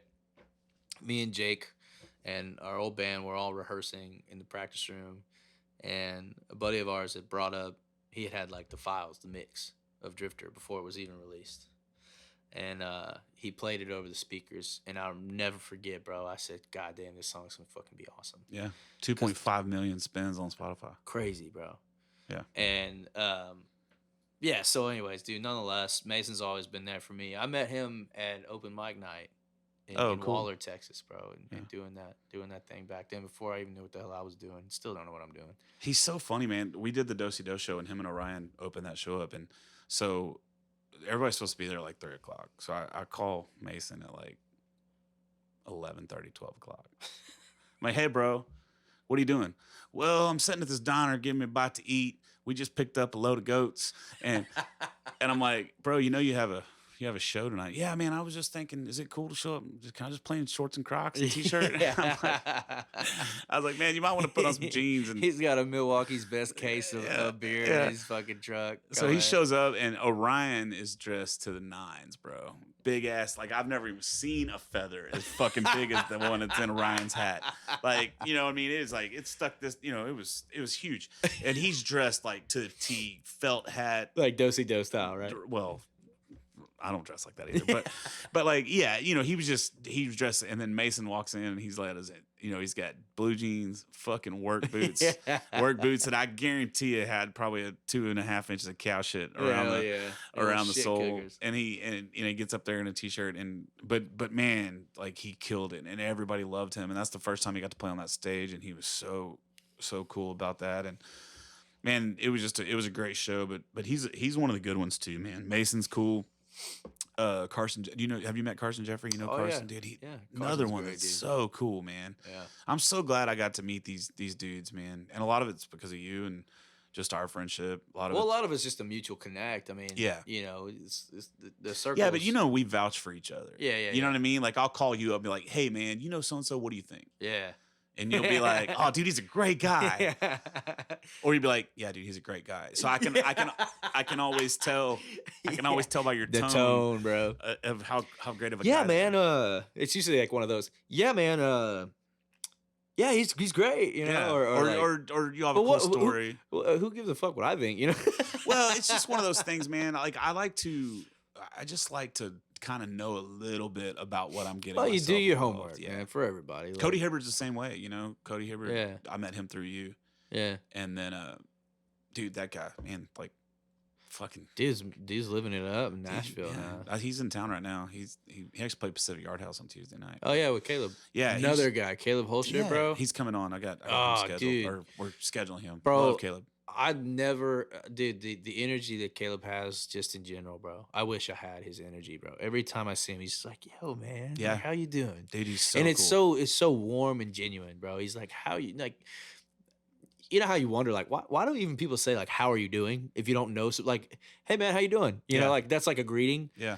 But, like, Caleb's the dude that's like, hey, man, how you doing? And you just kind of stop to think, like, how am I doing? And for And some he reason, I also- want to tell this And guy. he really you know wants what I mean? to know. Yeah, exactly. And I want to tell this guy, and he Yeah. gives a shit. And that's I love Caleb. Dude. So one of the things that I kind of do internally is I put people into two different categories, right? You're either a we musician or you're a me musician. And when I say this, I'm not saying that we're not in it for ourselves, because you're in it for you, I'm in it for me. We're definitely in it. Yeah. Like, overall, it's the Trent Cowie show, it's the Jeff Canada show. We're trying to do whatever we can do to be successful. But there's also, like, there's just this level of community within some of us that it's about us. Like, you'll call me up and be like, hey, what are you doing today? You want to go grab a bite to eat? You know what I mean? Bro, Or- I'll be or- going to like an acoustic show, or like I'll be going to a meeting, and I'll be like, oh man, like, yeah, we're going to a meeting. I mean, I'm going to a meeting. Yeah, I've caught myself doing that several times. right. But I'm just talking about like it's, you know, when you walk into a room, it's always fun, it's always cool. But then you got these guys that are just about them all the time. That's it. Yeah. You know, and those are the guys that I try to stay away from. I just try to stay away from them because I just don't think they're going to add any value, because they're so about just them. Yeah. Even a friendship's not going to add any value to my life. Whereas the other guys, that's just how I do it. That's how I look at it, you know? Yeah. And so I wish there was more we musicians out there. Yeah. But now that I'm surrounding myself by those type of people, it's growing. Yeah. Like, that community's You'd be growing surprised. Yeah. big time. 100%. You know, like, if I text you, I always get a response. It's refreshing to know. It's refreshing to know that there's people out there with the same interests and the same idea about it. Yeah. Like, dude, like, last thing I want to do is be an artist. Like, I don't want to surround myself, like what you're saying, is I don't want to surround myself with people that are just selfish. Right. That's the big thing. Yeah. Selfish. Yeah. Although we have to be a little selfish. I mean, you got to be selfish with your time sometimes. I have to be selfish with my time. You know, there are some things that we have to be selfish about. I'm very selfish with my my energy. Yeah. I don't give my energy to people that Don't deserve it. I feel that don't deserve it. Me too. And it's hard to discern that sometimes, you know, like, you know, do people deserve my energy or not? Like, who am I to say, you know, like, if people are in my life, obviously that's a thing. But like, I've been getting really good at that lately. It's like, man, like, I know what I'm working for. I know what I'm working to do and to do for other people that are working with me. Because I like to think that I'm very generous when For I sure. can be. Yeah. And that's one thing that, dude, like if money wasn't an object, dude, you know, the thing I want to do is make sure that people know they're taken care of. Yeah. I'm the same way, bro. With my energy and with my thoughts and with my, you know, I try to be thoughtful about just shit, you know, like. I get myself in a bind because of it. Because so many people ask me to do these charity events, and Yeah. and sometimes I'll put myself in a bind because I'll look at my calendar. I'm like, oh shit, this Yeah. week I'm doing 4. I mean, this month I'm doing 4 shows Yeah. for not great money or no money at all for Yeah. these charities. And then I'm like, fuck, how am I gonna pay? Yeah. How am I gonna pay my child support? That's when You you know? that's when you hope somebody passed the hat around. you know? Yeah, for sure. And it always works out. You Yeah. know, I think if you put What that goes around energy comes out there, around. I think it always puts out for 100%, sure. yeah. Are you going to put out have you put out a full length album, or have you only put out the EP? I'm writing one right now. Okay. Yeah. So I've got a really good list of songs that nobody's heard, nobody, you know, that I've never even played. Cool. That I just really want to just kind of have that album, you know, like the sacredness of them being on an album. Like I want them for the album. Well, that was the first thing I released. Like I was like, I'm going to do an album. And everybody's different, man. Like we Yeah. talk about this all the time, man. Yeah. Like the whole spoon feeding the singles and stuff. That's Which is what what I'm doing now. I put out the only thing that I've done that was like a collective kind of piece was the EP side A, and we released that right before COVID hit, and so it fucking flopped hard. I'm not gonna lie to you. Well, my favorite song of yours is on that thing. What was that one? The Shape of You. Shape I'm in. Shape I'm in. Yeah. Golly, dude, that song is Dude, so fucking. And you know what's good. funny is I almost covered it. It's funny. You should. That'd be cool. I might. But no, we released that song. That was like the only project, the collective that we did, and we released it, and then COVID hit, boom. So we weren't able to ever go and push it. Yeah. And so ever since then, I've been just doing singles, and now I'm cutting it out. Like I want to cut an album by the end of the year for sure. That's awesome. Yeah. Well, by the end of next year, should I say? Yeah. If you need help with that, let me know, dude. Yeah, 'Cause for sure. I think everyone should have an album out. You know, if you can, if you can figure out, even if it's an acoustic album or whatever it is, I think a nice, good collection of songs, because it kind of tells you who you are as an artist. Yeah. As opposed to singles, because you're just kind of cherry picking what's the best, or you know what I mean. Even though, like like I said before, there's some of us like you're one of those people that your songs, like there's no denying that this is a Trent Cowie song. Like when I hear it, I can tell. Probably before you even start singing that it's a Trent Cowie song. That means and a lot. You record a lot at Rosewood, right? No. Actually, I've only recorded one song there. Oh, okay. Yeah, I thought you Fly were Tonight. Fly Tonight. And those guys are great, by the way. Yeah, I hear nothing but good things about them. I mean, that was the most turnkey experience you could ever have. Yeah. You go in, literally like 2 hours later, I had a fucking scratch tape to listen to on the way home, and it was the scratch, the demo sounded, or the scratch mix sounded just as, almost just as good as the master. No, I get and what that's you're saying. crazy. Like, you know what I mean? Like, Yeah. So that was cool. Some of those engineers just know exactly what they're doing, man. Well, and you get a formula going, and they have a formula working. Yeah. But yeah, man. I mean, yeah, dude.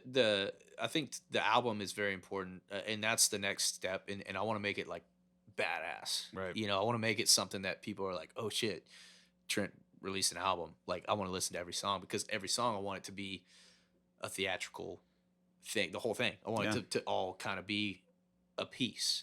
Yeah. And so. Well, that's the way albums used to be. I mean, back in the day, that's bring what it was. back, dude. We need to bring it back. And that's the kind of whenever I put Wishing Well out, I kind of wanted the listener to go on a journey. It didn't quite work out as well as I think it's a good album. Don't get me wrong. Yeah. I don't. It didn't quite work the storyline that I kind of wanted it to happen. And that's okay. It's not a big deal. You know me, because I want my songs to make a point. You know, I'm not just writing let's drink some beer songs. Yeah. You know?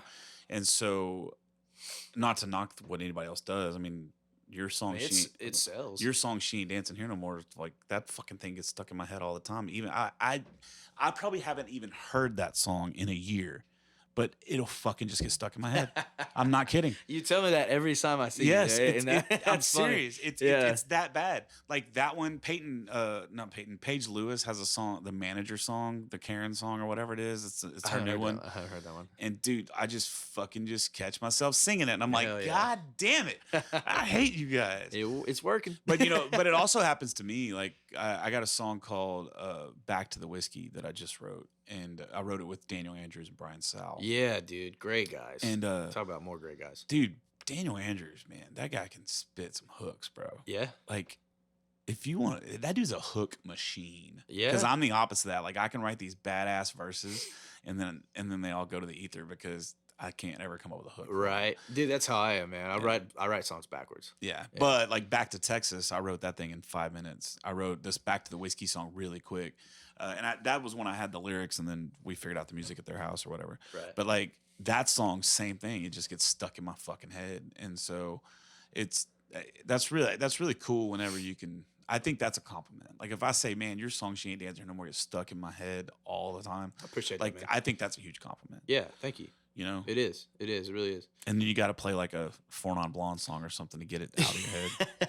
You know that song I wrote it about Big Texas. Yeah. Yeah, we've talked about it a lot. Yeah. Before you released it, you sent me the demo. Yeah. Or not the demo, but like The scratch the or whatever. mix, the first mix. And Yeah, dude. That's also something else that I love, man. I love the fact that I have these cats that I can send a song to, and not only will they listen to it, they'll send me back just a few sentences about it. Yeah. You know what I mean? Like, Just honest right. feedback. And a lot of times I ignore it and I release it anyway.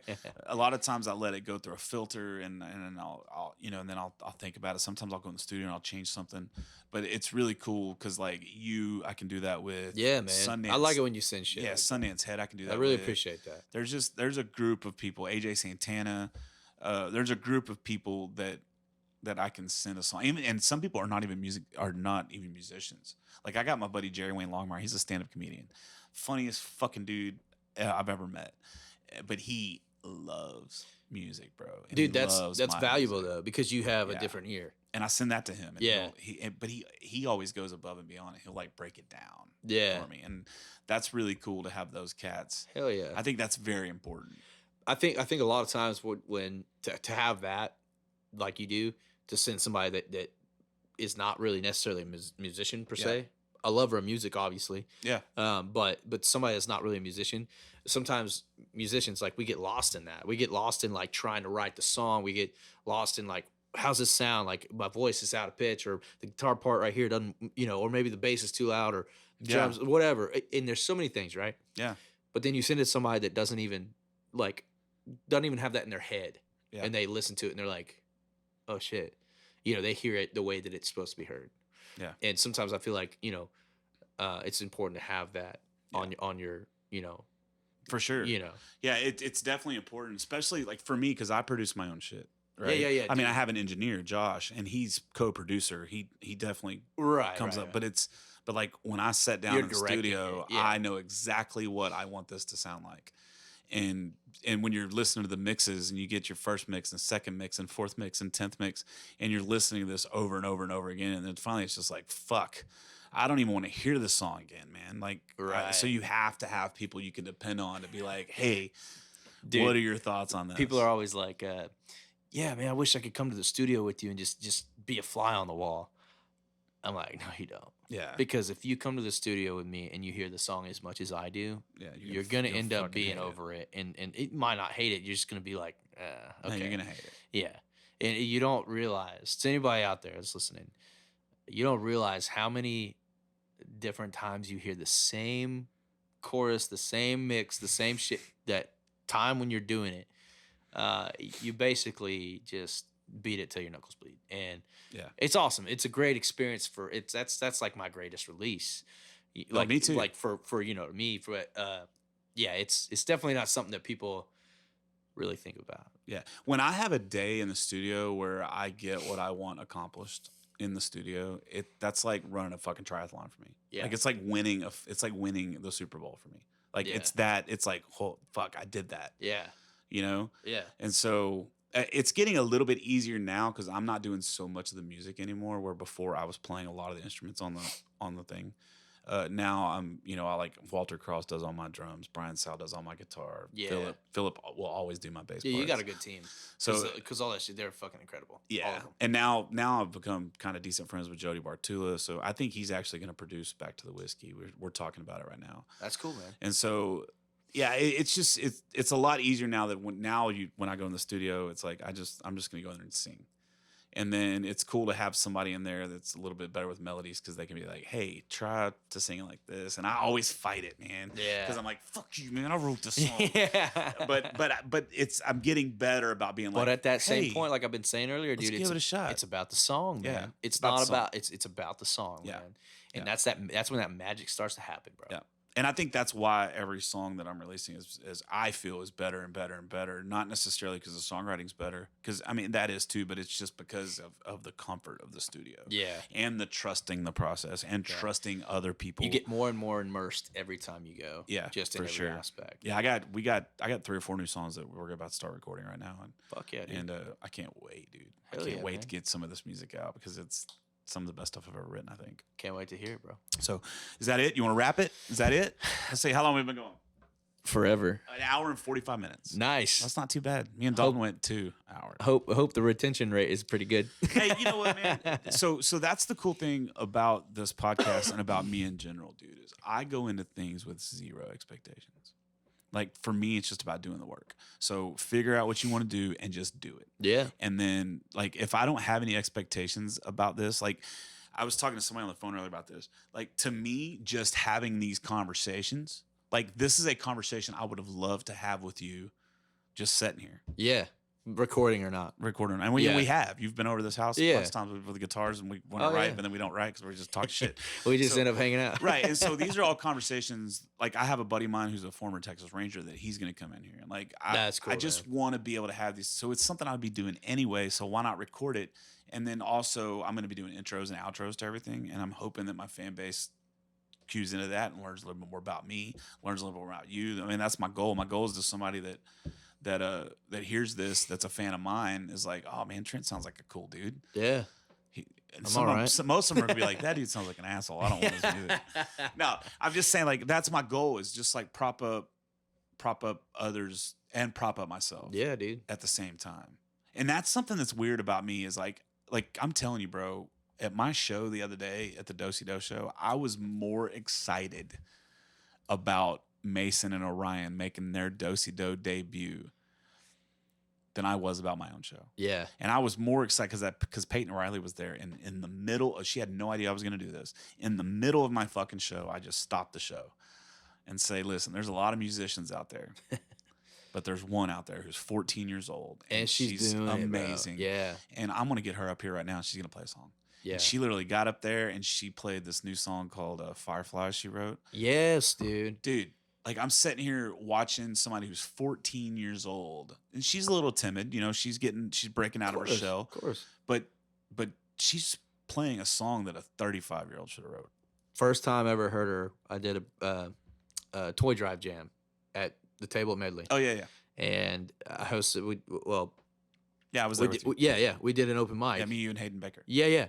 And she got up on stage and sang a song.